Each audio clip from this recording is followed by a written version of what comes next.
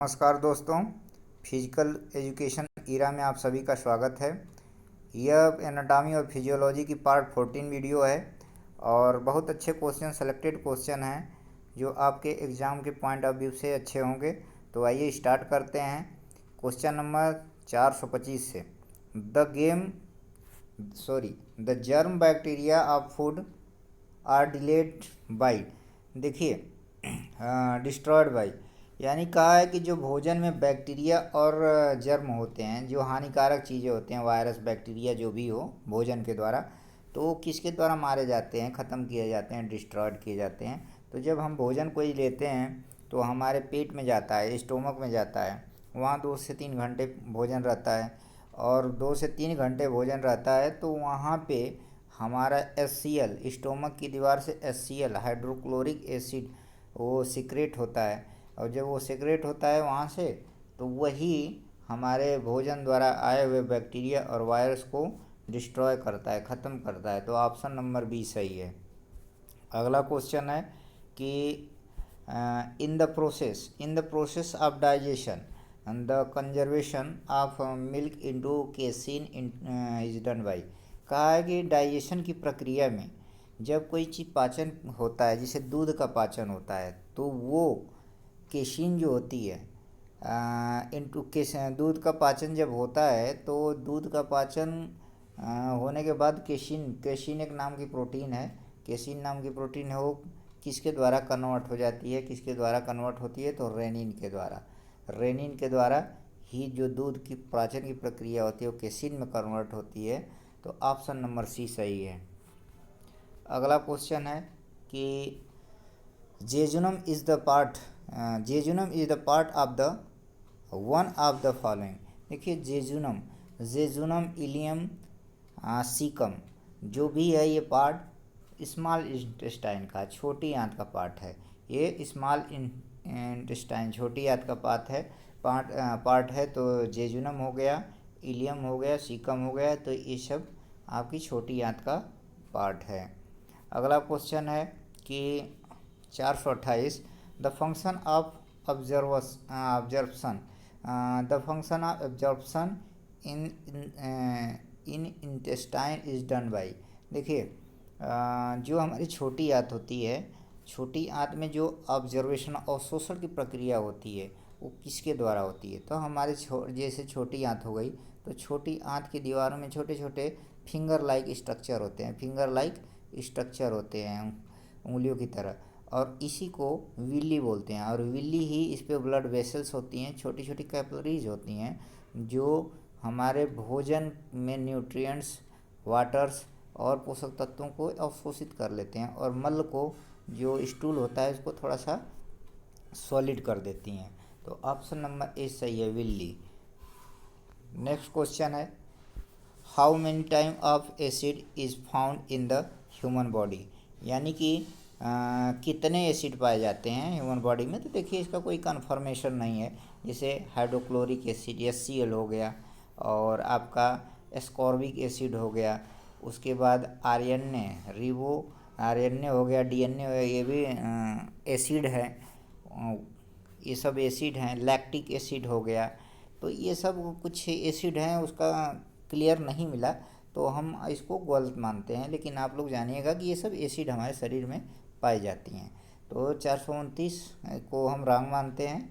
आगे बढ़ते हैं कि the nature of pepsin is, जो पेप्सिन होती है जो उसका नेचर क्या होता है। तो देखिए पेप्सिन का जो नेचर होता है ना, वो एसिडिक फॉर्म में होती है। एसिडिक यानी कि अम्लीय होती है। अम्लीय कब होगा कि जब उसका जो पीएच वैल्यू जो है 7 से कम होने जाएगी, 5, 4, 6 तक जाएगी, तो वो अम्ल में बदलना शुरू होता है। तो यानी कि इसका पीएच मान जो होता है इसका कम होता है, तो उसको बोलते हैं एसिडिक फॉर्म में। तो ऑप्शन नंबर ए सही है। अगला क्वेश्चन कि देखिए अब इसमें ट्रिप्सिन का पूछ दिया है। तो ट्रिप्सिन जो होती है इसका जो पीएच मान होता है 7 से 9 होता है, यानी कि ऊपर बढ़ेंगे तो हमारा बेसिक लिखा है लेकिन बेस होता है क्षार, बेस में हो जाती है, क्षारी होती है। तो ट्रिप्सिन जो होते हैं वो क्षारी होती है। तो ऑप्शन नंबर ए सही है। अच्छा, अगला क्वेश्चन है। आप लोग ध्यान दीजिएगा, कमेंट करिए अगर गलत हो, हम कुछ बता रहे हों तो हो सकता है आप लोग को नॉलेज में आ जाए कि ये गलत है, तो आप कमेंट करिए, उसको मैं देखने की कोशिश करूँगा। तो the final product of carbohydrate is, देखिए कार्बोहाइड्रेट का जो फाइनल प्रोडक्ट है, कार्बोहाइड्रेट का जब डाइजेशन होता है, पाचन होता है, तो उसका जो प्रोडक्शन होता है यानी कि उत्पाद होता है, मिलता है, बनता है कार्बोहाइड्रेट के पाचन के बाद, तो ग्लूकोज में कन्वर्ट होता है। अब ग्लूकोज जब कन्वर्ट होता है तो ग्लाइकोलाइसिस की प्रक्रिया के कारण ये ग्लाइकोजेनोलाइसिस की प्रक्रिया के कारण ये ग्लाइकोजन लीवर और मसल्स में इकट्ठा स्टोर रहते हैं। तो ऑप्शन नंबर सी सही है। अगला क्वेश्चन 433 है कि the final product of protein, देखिए जो प्रोटीन का पाचन होता है उसके बाद क्या बनता है, तो अमीनो एसिड बनता है। अमीनो एसिड फाइनल प्रोडक्ट है उसका क्या बोलते हैं, प्रोटीन का। और फैटी एसिड ग्लिसरॉल जो है वो फैट का है, वसा का है। तो ऑप्शन नंबर सी सही है। अगला क्वेश्चन है कि which of the following enhances the rate of digestion, देखिए कहा है कि निम्नलिखित में से कौन पाचन की वृद्धि को बढ़ा देता है, पाचन की दर को बढ़ा देता है, रेट को बढ़ा देता है, यानी पाचन की दर को निम्न में से कौन बढ़ा देता है। तो ईस्ट माने खमीर, और एसिडिक जूसेस, और सी है बाइल जूसेस। तो बाइल जूसेस जो हमारे डाउडेनम पार्ट में, छोटी आंत में जहाँ उड़ेलता है डायोडेनम के एरिया में, वहाँ से वो इसके पाचन की रेट को, डाइजेशन की रेट को बढ़ा देता है। तो ऑप्शन नंबर सी सही है। वैसे ईस्ट का भी काम है डाइजेशन करना, और एसिडिक जूसेस का भी काम करना, लेकिन बाइल जूस जो होती है उन ज़्यादा से कॉम्प्लेक्स होती है थोड़ा। तो ऑप्शन नंबर सी सही है। अगला क्वेश्चन है कि the storage of glucose in the form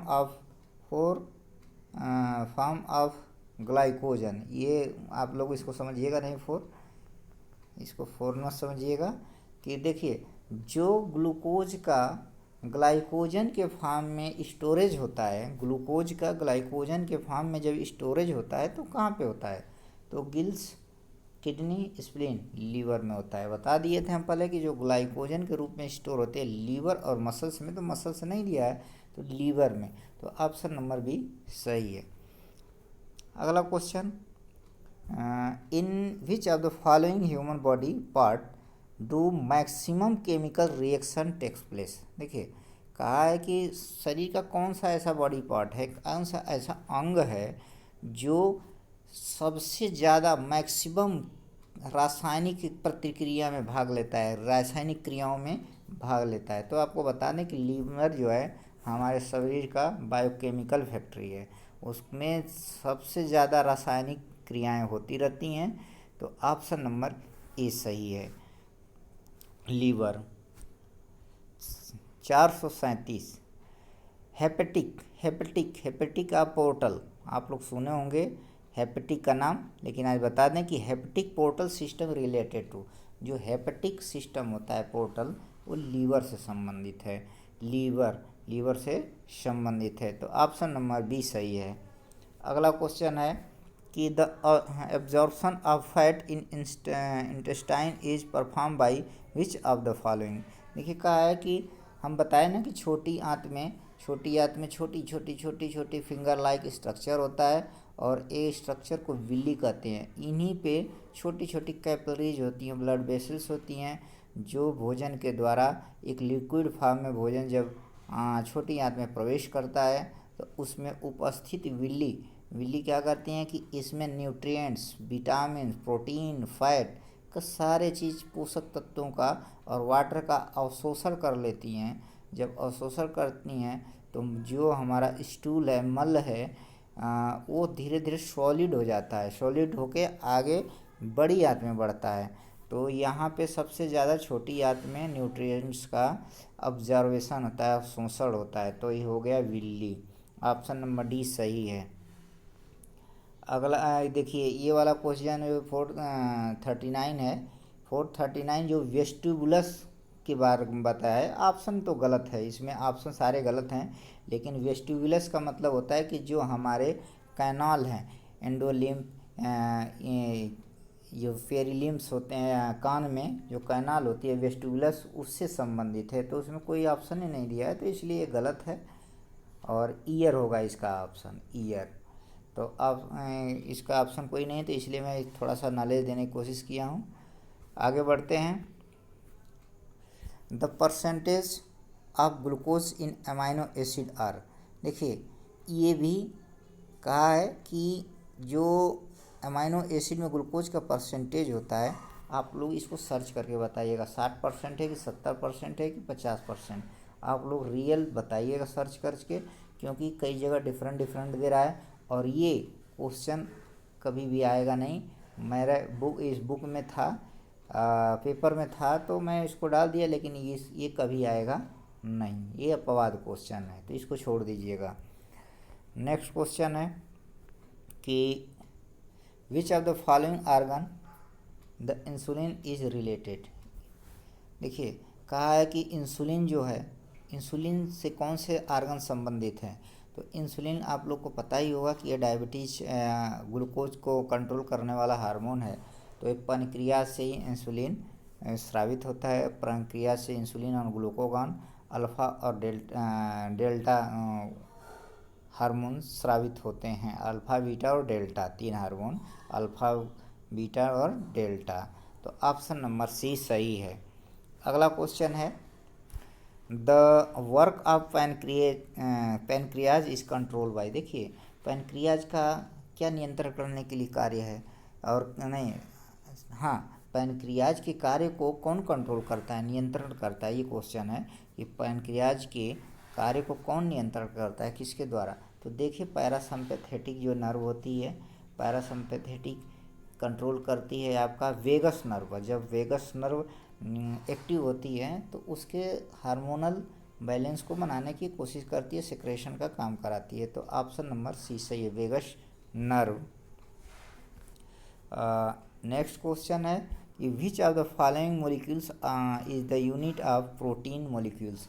कहा है कि निम्नलिखित में से कौन सा ऐसा मोलिक्यूल्स है, कण है, जो प्रोटीन की इकाई है, मोलिक्यूल्स की इकाई है। तो प्रोटीन की जो मोलिक्यूल्स की इकाई होती है, वो जो डाइजेशन होता है तो अमीनो एसिड होता है, और कार्बोहाइड्रेट का पाचन होता है तो ग्लूकोज में कन्वर्ट होता है, और फैट का पाचन लाइपेज एंजाइम पे होता है तो फैटी एसिड और ट्राइग्लिसराइड में होता है।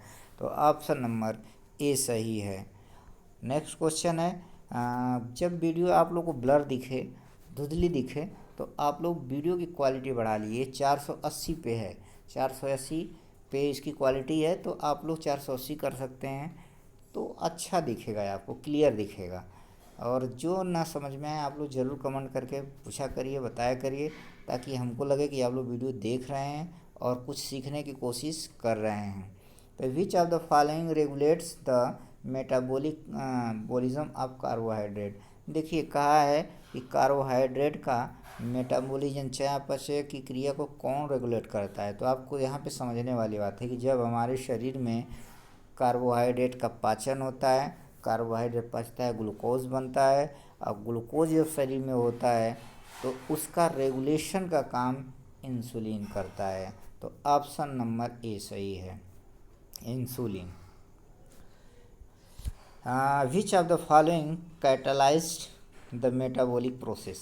देखिए कैटलाइज की बात का है कि निम्नलिखित में से कौन चयापचय की प्रक्रिया में कैटलाइज भाग लेता है, उसको तोड़ने का काम करता है, पचाने का काम करता है। तो एंजाइम जो होते हैं वो पचाने का ही काम करते हैं। तो ऑप्शन नंबर ए सही है, enzyme. Which of the following regulates the body temperature. देखिए शरीर में कौन शरीर के ताप को नियंत्रण करता है। तो ताप का नियंत्रण जो करता है वो हाइपोथैलेमस करता है। ऑप्शन नंबर ए सही है, हाइपोथैलेमस। अगला question the fluid present in the Henle's loops. देखिए हैनले लूप जो होता है ये ऐसे स्ट्रक्चर कुछ लाइक होती है। हैनले लूप का ऐसे स्ट्रक्चर होता है, यानी कि ये किडनी में होता है। हैनले लूप का स्ट्रक्चर ऐसे कुछ होता है किडनी। तो बोमेन कैप्सूल से यहीं पे होते हैं, कैप्सूल की तरह होता है। तो यहाँ पे जो फ्लूइड होता है, फ्लूइड प्रेजेंट होता है वो यूरिन होती है, वहाँ पे फ्लूइड यूरिन होती है। तो ऑप्शन नंबर ए सही है। अगला क्वेश्चन है कि peritoneum membrane is present in. देखिए पेरिटोनियम मेम्ब्रेन कहाँ पाई जाती है, शरीर के किस पार्ट में पाई जाती है, तो स्टोमक में। पेरिटोनियम एक मेम्ब्रेन होती है जो स्टोमक में पाई जाती है। तो ऑप्शन नंबर सी सही है। अगला क्वेश्चन है विच of the following veins transported the blood from kidney. देखिए ब्लड किडनी को कौन सी वेन है जो ब्लड को किडनी से ट्रांसफ़र करती है, तो रेनल वेन जो होती है, रेनल आर्टरी और रेनल वेन, तो रेनल वेन ही सही है। ऑप्शन नंबर बी सही है। अगला क्वेश्चन, अगला क्वेश्चन क्या है कि the malpighian cell are present in. तो मालपीजियन सेल जो प्रेजेंट होती है, देखिए ये कॉर्टेक्स गलत है, किडनी में थोड़ा होगा, liver, aorta, all of the above. तो मालपीजियन सेल जो होती है वो स्किन में होती है, स्किन के कलर को डिसाइड करती है, स्किन में होती है। तो इसमें कोई ऑप्शन ना होने के कारण मैं बता दिया, और सारे ऑप्शन गलत हैं। 451 द लेंथ ऑफ यूरेथ्रा की लेंथ कितनी होती है, तो यूरेथ्रा की जो लेंथ होती है 7 से 9 इंच, 7 से 9 इंच। तो ऑप्शन नंबर बी सही है, ऑप्शन नंबर बी सही है।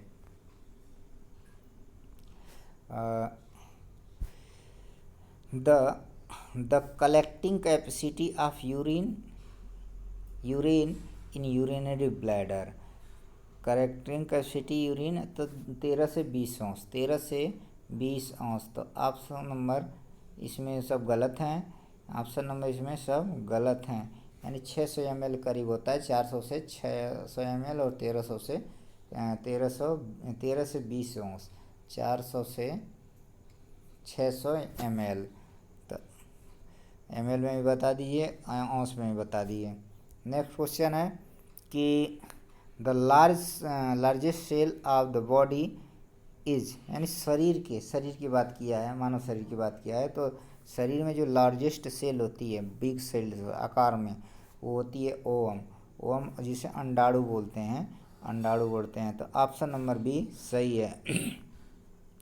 अगला क्वेश्चन है कि the maximum number of neuron are found in. देखिए सबसे ज़्यादा न्यूरॉन कहाँ पे पाई जाती हैं, तो ब्रेन में पाई जाती हैं। सबसे ज़्यादा न्यूरॉन कहाँ पाई जाती हैं, ब्रेन में। तो ऑप्शन नंबर सी सही है। अगला question the largest part of the brain is. तो लार्जेस्ट पार्ट की जो बात करते हैं तो spinal cord, spinal brace, spinal cord, vertebrate, तो हाइपोथैलेमस जो होता है, इन सब में चारों ऑप्शन में बड़ा होता है। तो इसलिए ऑप्शन नंबर सी सही है। अगला question the number of cranial nerve are. देखिए क्रेनियल नर्व और स्पाइनल नर्व, क्रेनियल नर्व जो होती है 12 होती है और स्पाइनल नर्व 33 पेयर होती है, 33 पेयर। तो ऑप्शन नंबर सी सही है, सॉरी 31 पेयर होती है, 31 पेयर। ऑप्शन नंबर सी सही है, इसमें 31 पेयर, और इसमें क्रेनियल नर्व 12 पेयर होती है। तो नेक्स्ट क्वेश्चन है कि which of the following word as a light entrance factor in the eyes, light entrance factor in the eyes. देखिए कि निम्नलिखित में से कौन सा ऐसा वर्क करता है जो लाइट, आँख में रोशनी पड़ती हैं उसको बचाने के लिए, जो आँख में रोशनी पड़ती हैं उनको बचाने के लिए कौन सा ऐसा फैक्टर है जो उस पर वर्क करता है, तो